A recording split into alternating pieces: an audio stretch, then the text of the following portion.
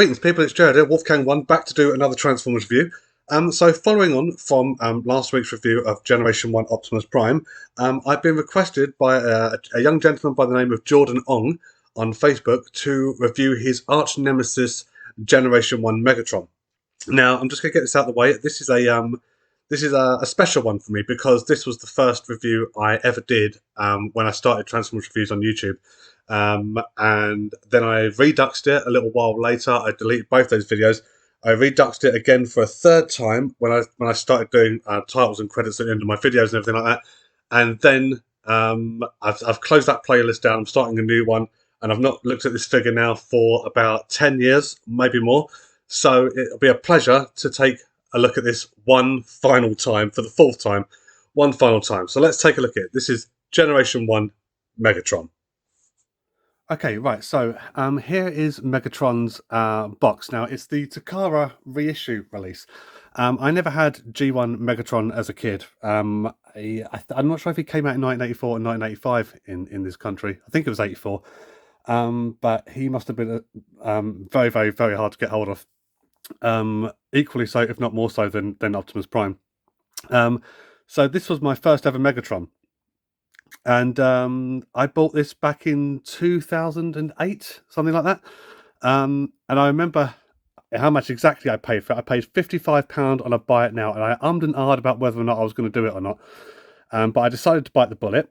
And so yeah, this was my first G1 Megatron. Now this one comes with a few different things that, a few different things I'm assuming there. I mean, but I know he definitely comes with a couple of things that the Western release didn't come with, and I'll show those in a minute. The box, I think this might be the Dreamwave artwork. I'm not entirely sure, but I do like the artwork on this cover. It's just a shame, really, that the artwork that they use is not entirely reflective of the figure itself. Now, I've sung this figure's praises on more than one occasion. This is like the fourth time I've done this review, and it'll be the last time I do this review. I've sung this figure's praises on more than one occasion, and it's been 10 years since I reviewed it, easily more than 10 years. And now I think I'm going to be able to be a little bit more, as much as I still love it, much like Prime, as much as I still love it, I am able to be a little bit more critical about this now. So the Takara release, so it comes with all these fact file pull-out things on the inside, gives you information about a lot of shit. There's some fantastic artwork of all the Megatrons from various continuities right there. Sorry about the glare from my light, but sod it. Some fantastic artwork just there. There's numerous fact file things on different figures, some more G1s that they're releasing or re-releasing. And yeah, it's all in Japanese, so I can't read a word of it, but there we are. Again, some great artwork just there. And just showing you a couple of little things that he can do with his energy mace and shit like that. It's a double box. So the Takara reissues all came in a box. I think the Hasbro reissues also came in these style boxes as well, but they were a little bit more westernized, shall I say.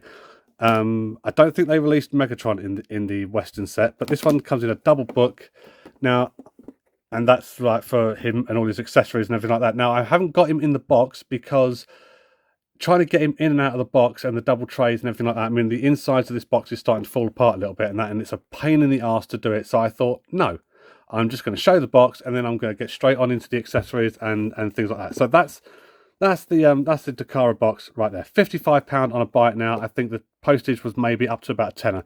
So £65 all in all for a G1 Megatron. I know it's a reissue, but these were going for a lot more back then, these Takara issues. So I'm glad I got hold of it when I did.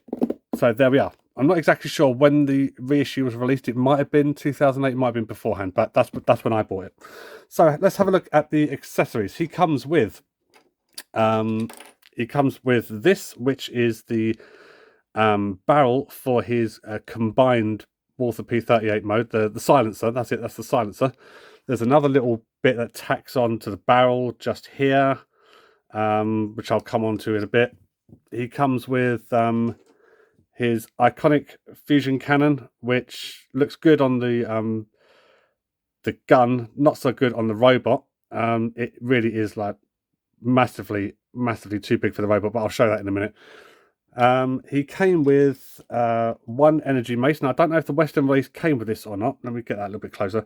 I don't know if the Western release came with this or not, but this is just like a nice little thing that you plug into his hand and pretends he's got the energy mace from that one episode where he used it. Not sure if the Western release came with this or not, but it comes with a very, very nice chrome sword. I say very nice. There's some marks on it that I can't get off, but that's all right. I've never used this really for Megatron ever. I've taken it out of the box a few times and things like that. There's a little bit of chrome wear just on the edge, just like that. And a little bit again on that side there. But apart from that, a very nice chrome sword. He comes with a gun. Well, they say it's a gun. Again, it's got my fingerprints all over it. Not really a hell of a lot to say about this. This is quite a weird little thing. He never used it in the cartoon. I've never really used it for him at all. It plugs into his hand just on this little nub just at the end. But, you know, for an accessory, whatever. He comes with this, which splits into about 3 pieces. And this is the stock for his combined gun mode, which I will show off in a minute. But the gun mode is massive. But there we are. Yes, that combines into about 3 pieces, and all the external gun pieces form a little base weapon thing, which is, you know, all right for what it is, but still a bit shit. It's like one of those things where they decided we've got all these different parts. What are we going to do with all these parts? And finally, something that I know that the Western release definitely didn't come with is a series of these, which, because this is the Takara release, he's got a spring-loaded mechanism in him, which means if I took any one of these off the sprue and stuck it in this little part just here, and then press the trigger, he would launch one of these projectiles. It comes with 2 sprues of them. I've never taken any of them off the sprue. I don't intend to, because that's a gimmick for me that I couldn't really care too much about. So, yeah, that's all the accessories out of the way. Accessories that he may or may not use or anything like that. So now, with all that out of the way, he came with the instructions as well, but I don't know what I've fucking done with him, so don't worry about it. With all that out of the way, ladies and gentlemen, let's go through this charade one more time. Here is G1 Megatron. Now, he is a Walther P38 pistol. I was going to do some history on the Walther P38 and regale you with the history of it, but I forgot to do it, and I dare say whatever I said would sound just a bit sort of crap. So he transforms into a Walther P38. Made popular by the television series The Man in U.N.C.L.E., which I think is what the external parts are supposed to represent. In the cartoon, he never transformed solely into this version of the gun. It was always the combined Walther P38. He did show up like this a couple of times in the UK Marvel comics, I think in the US comics as well. But other than that, yeah, so you can add his thing just here, his sight for his gun, on top of him like that, and he showed up a couple of times in the comics like that, with that guy who was a bank robber or something like that, and used Megatron to rob banks. Yeah, let's take that off. Let's talk about this. So the chrome is still good after all these years. Again, I've tried cleaning it up. I don't really see the things. I don't mess around with this figure that often. And it's still got like loads of like sort of smudge marks of my fingerprints and that all over the chrome. And that sort of, you know, I don't really tend to mess around with this that often. And the reason I don't is because the build on this figure is not the best in the world. When I first bought this figure and took it out the box, one thing that became very, very apparent was how loose this section was, which eventually forms his right arm that holds the fusion cannon. From the outset, from the moment I took it out of the box, the joint that it sits on is very loose, and that's only got worse over time. The left side has followed suit, and the legs attached to their pins are starting, one of them was loose out of the box, the other one is starting to follow suit. So the actual build quality, when he's in robot mode, this feels very, very, very flimsy now. If it breaks, I'll be heartbroken, but eventually I would just buy another one. If this was an original G1 and it broke, I would be heartbroken, and I doubt I would necessarily get over it as quickly or as easily. But I don't know if that's because of the design of the mold. I don't know if that's just, or whether all Megatrons and that eventually either become loose in the same places or are immediately loose in those places. I don't know. The fusion cannon, weighs the arm down a lot. So I think that the pressure on the joint is exacerbated by having the fusion cannon on top of it.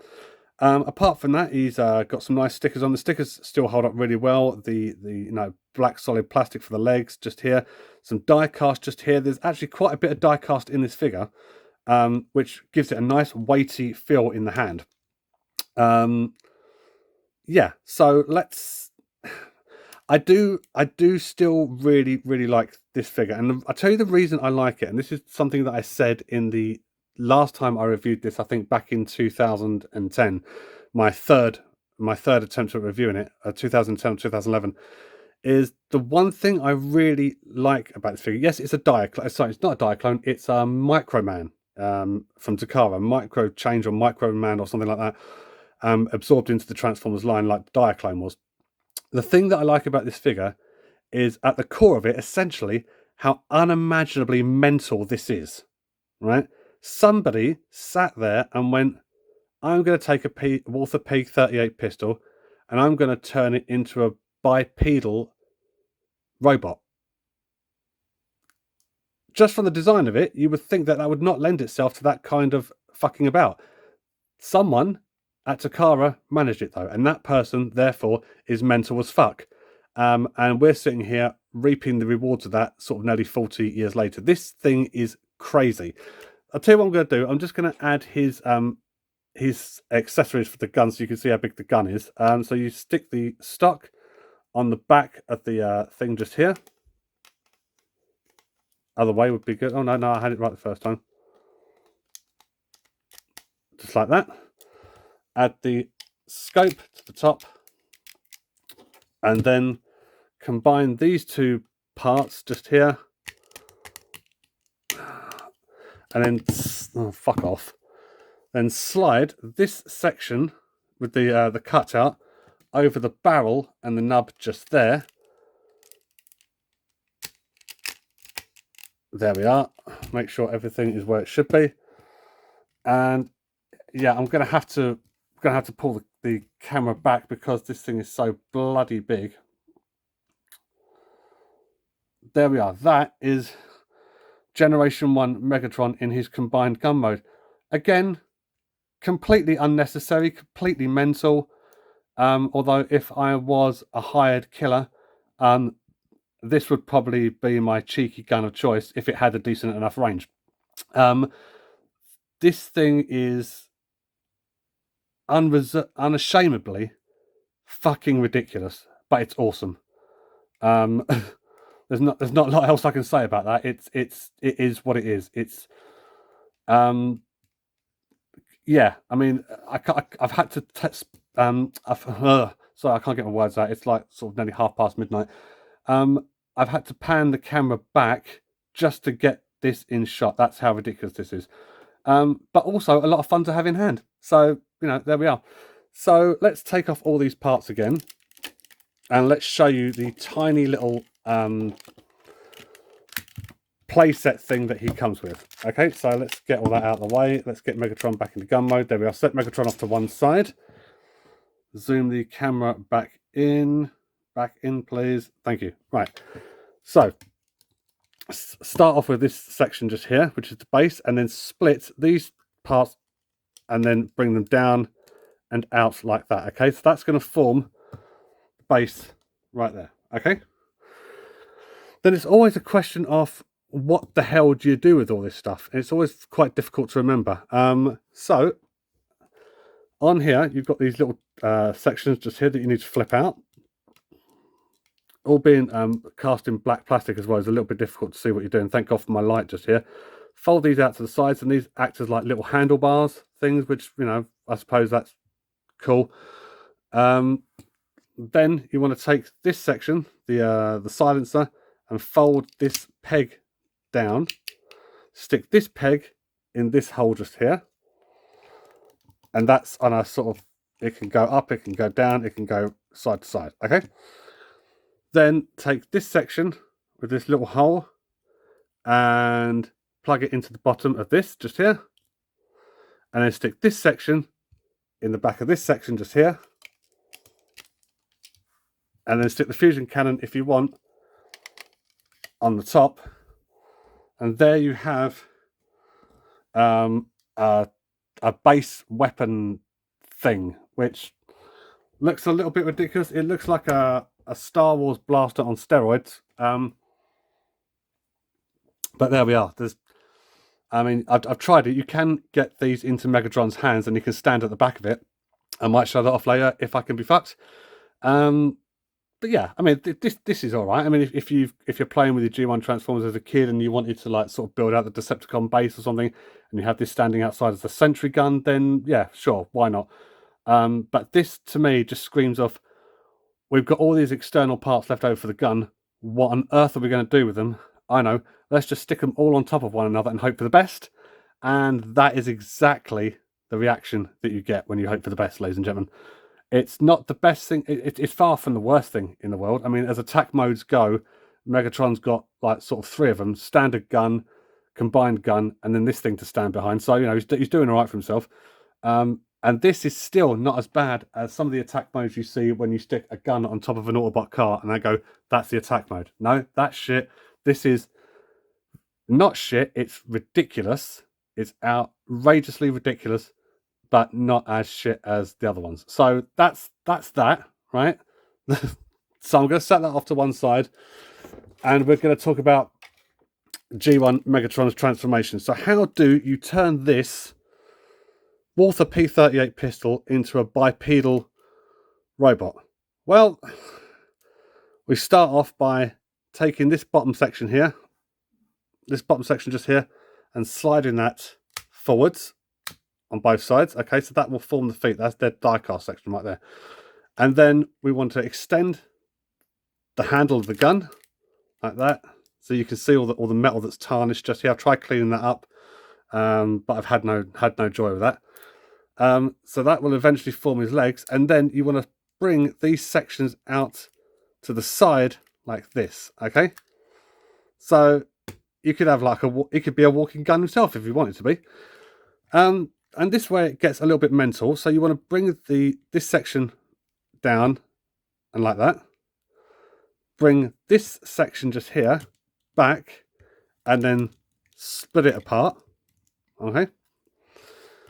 Disconnect the barrel from the top of the chamber like that, and then lift the barrel, automatically lift up, and that will show his like rib cage and everything like that. Spin this out to the side, and then spin the chest section around. Now what you're supposed to do is fold the barrel then under just like that, and then Megatron is supposed to have his barrel under his thing. I do it a little bit differently. Okay, so ignore this transformation step. So we're going to bring the barrel back out like this. Okay. Hey, right. Then with this section here, split this section, and then there's a black tab just here that you want to bring out for the hand, and do that on both sides. And then this metal bar just here that the arms are resting on wants to go directly into this bit just here. So you want to bring the entire assembly up and then lock it into place like that. And then with this section, the barrel, to try and resemble his G1, what I do is I bring that around and up like that. And there we have, I don't know how much I got of that on camera, ladies and gentlemen, but you know, I'm not doing it again. There we have G1 Megatron in his very, very compromised and very awkward looking robot mode. If you want to make it look like he's not going to be buried in a Y-shaped coffin, then bring his legs forward a little bit on those hinges. And there we are. That is Generation 1 Megatron in his robot mode. And can I say, right, the robot mode compared to the gun is massively, massively compromised. No wonder they took such liberties with his animation model, because trying to convince anyone that this was the leader of the Decepticons was going to be a stretch, right, in a cartoon format. I mean,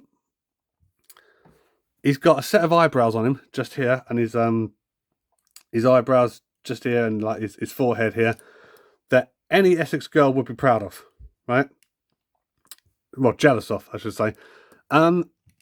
Now, even without the fusion cannon, This arm is all right. This arm, look at that, incredibly loose. The leg just there, very, very loose.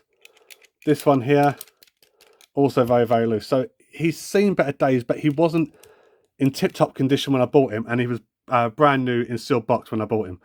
Okay, so if you want him to recreate that thing from that time in that cartoon, then just plug this into the side of his hand. Oh, yeah, focus, you fucker. And he's got his energy mace. Although mine doesn't want to sit in there the way it should do. But then again, I've never used it before, so, you know, whatever, right, that's not working. And he'll also fit that strange gun, and that sword that I mentioned earlier, allegedly will fit into the side of his hands. Again, some chrome chipping just here on the arm. I've never noticed that before, but then again, this was bound to happen sooner or later. And I still love him, ladies and gentlemen. I still love this toy, and if I'd had this as a kid, I guarantee this thing would have been in fucking pieces, right? I still love it, but looking at it objectively, because apparently I couldn't do that 10 years ago, let's be honest here, he's not brilliant, is he?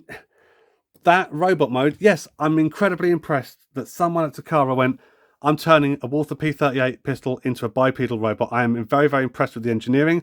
I'm very, very impressed with how you sat there and you consciously worked out what you were doing. However, the end result is left a little bit wanting. But then again, this toy was designed in what, 1980, 1981, something like that, before it became part of the Transformers in 1984. So I can give them a little bit of slack for that. So put his fusion cannon on his arm, and if I lift up his arm, look what happens. That there, yeah, that is fucked with a capital F. Nothing I can do about it. So he normally just stays like that. And I hardly ever touch this guy, ladies and gentlemen. I hardly ever touched it, and yet this is getting progressively worse as the years go on, which I think is incredible. Just like this figure is. I know it's not the best figure in the world. I know that the only time now that we've got a Megatron that turns into a gun was the Masterpiece line, Masterpiece 5 and Masterpiece 36, the second version. I've got Masterpiece 36. I've never transformed it because I don't want the hassle of like sort of having to take like a month off work to do it. But Masterpiece Megatron looks wonderful, and the fusion cannon is in proportion to the robot and the gun, whereas on this version it really isn't. That primary weapon, the fusion cannon, is too big for the robot. It's absolutely ridiculously massive, and I think has a severe impact on that joint. Despite all these flaws, and despite the fact that he is awkward as fuck. I mean, look at the way that his crutch is the trigger, right? Which has been parodied and taken the piss out of on numerous programs like Robot Chicken, for example, and like sort of parodies and things like that. The hips just here are dodgy. There's die cast here. There's die cast in the back section just here, and in the spine. So in the spine and in the feet. So this figure's a heavy figure, right? He's a heavy figure. He doesn't look brilliant in robot mode, but nostalgia is a wonderful thing, ladies and gentlemen, and I think he is absolutely awesome. So, you know, I can look at him objectively and say, you know, there are certain things that, you know, to my mind now don't work, but I couldn't care less because I've got a G1 Megatron. If this thing dies, I'll just get another one, but I've got a G1 Megatron, and this thing is almost, I would say not quite, this is almost iconic as his counterpart, Optimus Prime. This is very much a product of the 1980s, ladies and gentlemen, and he is brilliant, absolutely fantastic. Shit in a certain way, but he totally owns it. He owns that shitness, and much respect to him for doing so. So, ladies and gentlemen, that is my review for Generation 1 Megatron. This will be the last time that I review Generation 1 Megatron in my lifetime, probably. I want to extend a massive thank you to Jordan Ong, who requested this figure, this review for me. If anyone's not familiar with Jordan, Jordan is very active, and I mean very active, in the Transformer groups on Facebook. So head over to Facebook, check out his posts and everything like that. and he's a really sweet guy, really nice guy. So Jordan, hope you enjoyed this review. This one was for you. And ladies and gentlemen, I shall see you all next week for another Transformers review that was requested of me by the one and only Tatamus Prime, and I'm looking forward to doing that one. So until then, ladies and gentlemen, this is Gerard Gavin Barry, also known as Wolfgang 1, with G1 Megatron owning his shitness, saying we're back at some point soon. Until then, take care. And when tomorrow comes, I feel you laying by me, like you ain't got nowhere else to go.